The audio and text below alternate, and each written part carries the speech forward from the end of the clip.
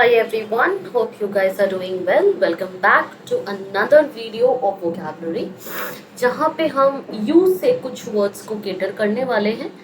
Again you में बहुत ज़्यादा भी वर्ड्स नहीं है, but I hope this is going to be the last और सेकेंड लास्ट वोकैब का वीडियो जहाँ पे हम यू को कंटिन्यू करने वाले हैं एंड ख़त्म करने वाले हैं and we gonna move to we next. ठीक है, टारगेट ये रखते हैं कि इस मंथ के एंड तक हम सारे डिफिकल्ट वर्ड्स कंप्लीट कर पाए एंड हम मूव कर पाए रूट वर्ड्स के लिए. ठीक है, that is what we want to do and that is what we have to do. We do not have much time left with us. इसके बाद आपके एग्जाम्स हैं, अभी भी आपके एग्जाम्स चल रहे हैं. इसके बाद बोर्ड्स वगैरह, प्री बोर्ड्स वगैरह सब एक साथ आ जाएगा. प्लीज़ मेक श्योर कि आप एक नोटबुक अपने पास रख रहे हो जहाँ पे ईच एंड एवरी वर्ड जो मैं आपको करवा रही हूँ वो आप नोट कर रहे हो along with the meaning and the sentence that is written here. इसके साथ साथ जो आप टेस्ट प्रिपेयर कर रहे हो, आई मीन इसके बाद वाला जो आप टेस्ट दोगे, उस टेस्ट में भी आपके पास कई सारे fill in the blanks and on होते हैं. वहाँ पे you can use this words and check कि किस तरह से सेंटेंस को फॉर्म करा जाता है एंड पोस्ट दैट आप प्रैक्टिस सेट में जंप कर सकते हो. ठीक है, let's begin with the first word of the day and the first word is unfathomable. Just a second. Yes, unfathomable. Unfathomable का meaning होता है resembling an abyss in depth so deep as to be immeasurable. ठीक है, बहुत ज्यादा depth में कुछ लाई करना, इतना डीप, किसी चीज का इतना डीप होना या किसी चीज में इतनी डेप्थ होना कि आप उसको मेजर ही ना कर पाओ. His civil list is an unfathomable abyss into which are thrown untold sums of money. ठीक है. Next word we have is unfettered. Unfettered का meaning है not bound or restrained as by shackles and chains. ठीक है, किसी चीज से bound ना होना, किसी चीज से बंधा ना होना, स्पेशली शैकल्स और चेन्स की यहाँ पे बात हो रही, किसी चीज से बंध के ना रहना. Each wants free enterprise unfettered by a meddlesome government, which means promoting lower taxes, less regulation and privatizing public services.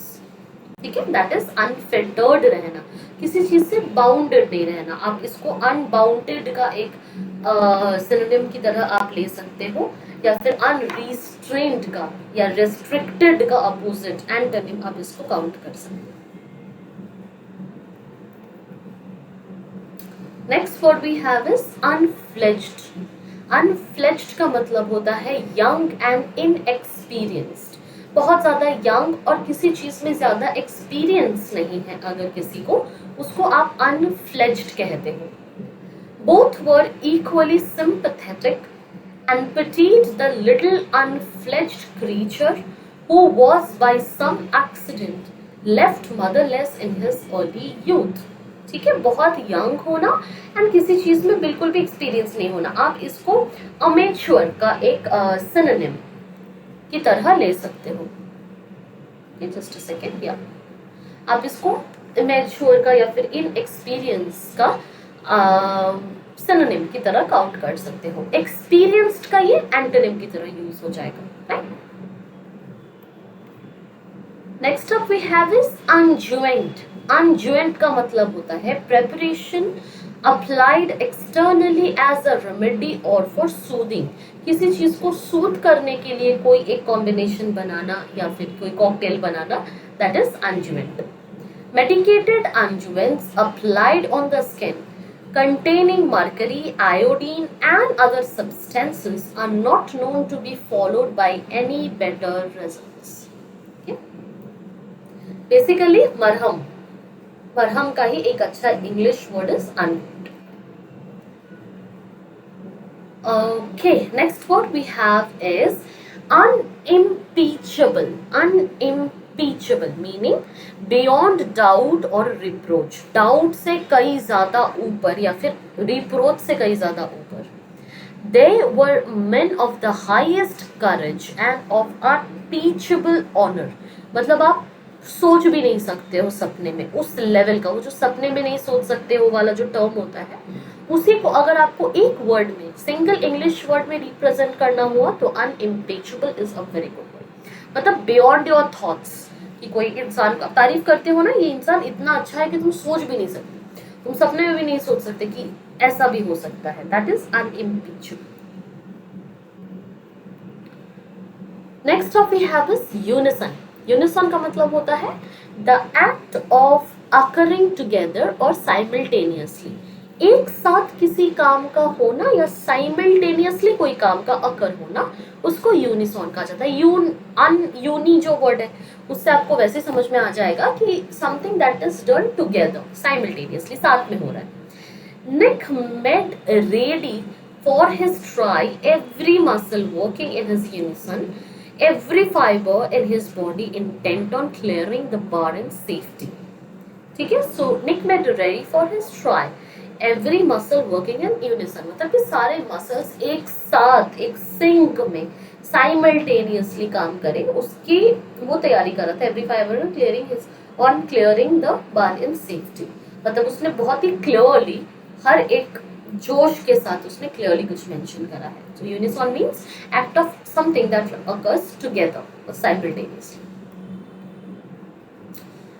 अनकेम्प्ट, unkempt का मतलब होता है not properly maintained or cared for, किसी चीज को आपने अच्छे से मेंटेन नहीं कर रखा है, ध्यान नहीं दिया है, ऐवी रख रखा है, टेकन फॉर ग्रांटेड कर रखा है, उसके लिए आप एक unkempt is a good word. Unmaintained को अनकेम्प्ट आप बोलोगे तो that is a better word. It also had filthy shirts, terrible dressing rooms and was tatty and unkempt. Now your task would be to find out the meaning of the word tatty. इसका क्या meaning है ये आपको find out करना है। Obvious सी बात है ये कुछ सिमिलर होगा अनकेम्प्ट से, बट एग्जैक्ट क्या मीनिंग है ये आप फाइंड आउट करोगे। Next word we have is unobtrusive. Unobtrusive का मीनिंग होता है नॉट डिजायरेबली नोटिसेबल, बहुत ज्यादा ध्यान में ना आने वाली कोई चीज, नोटिसेबल ना होना। Be unobtrusive, blend in and everyone will forget you are there. ठीक है, किसी चीज में ब्लेंड हो जाना, घुल जाना, बिल्कुल भी अलग से आप नोटिस में नहीं आ रहे हो, अलग नहीं कर पा रहे हो, उसी को अनऑब्ट्रूसिव कहा जाता है। Unravel, let's say which word we have reached to so that, ठीक है, unravel, unravel का मीनिंग होता है become undone, किसी चीज को undone कर देना, ना करना, छोड़ देना, ऐसे का तैसे रख देना। I described how one day recently Matthew's mental state unraveled and he spent hours on the floor of the classroom in tears. ठीक है, एकदम से किसी चीज को undo कर देना, भूल जाना क्या हो रहा है आसपास, क्या नहीं हो रहा है, कोई काम कर रहे थे वो भूल जाना, दैट इज अनरावल करना। Unremitting, that stands to be the last word for the day. Unremitting का मीनिंग है uninterrupted in time and indefinitely long continuing. ठीक है, अनइंटरप्टेड रहना किसी टाइम के तहत और इनडेफिनाइटली कंटिन्यू होते जाना, होते जाना। The most unremitting attention, remit करने का मतलब इज रिपीट करना, कंटिन्यू ना करना। Unremitting is something that is continued for a long time. The most unremitting attention and constant care were what the boy required, declared the physician when he had made an examination. ठीक है, that stands to be the last word for the day and I do believe कि हमने काफ़ी सारे तो क्या, कुछ हमने न्यू वर्ड्स आज सीखे हैं जो आपके लिए, आपके वोकैबुलरी के लिए, शब्दकोश के लिए बहुत ज़्यादा इम्पोर्टेंट एंड अच्छा साबित होगा। प्लीज़ इसके बाद टेस्ट अटेम्प्ट करना, टेस्ट में चेक करना कितने आप स्कोर कर पा रहे हो। Keep revising your old elements as well, पुराने जितने वीडियोस हैं उसको एक बार आप दोबारा से रिवाइज करने की ज़रूर कोशिश करना, बिकॉज विदाउट दैट इतना कुछ पढ़ने का कोई सेंस नहीं होगा। ये वो वर्ड्स नहीं है जिसके लिए कोई ट्रिक्स है कि आप याद रख सको, तो आपको कॉन्स्टेंटली रिवाइज करते रहना पड़ेगा, तभी आप उनको रिटेन कर पाओगे अपने माइंड में। तो ये वाला वीडियो देखिए, उसके बाद move on to the test and then you can move on to the practice set. ठीक है, अगली वीडियो में मिलते हैं with some more words and yeah that's it, let's end it up here, see you in the next video, bye bye.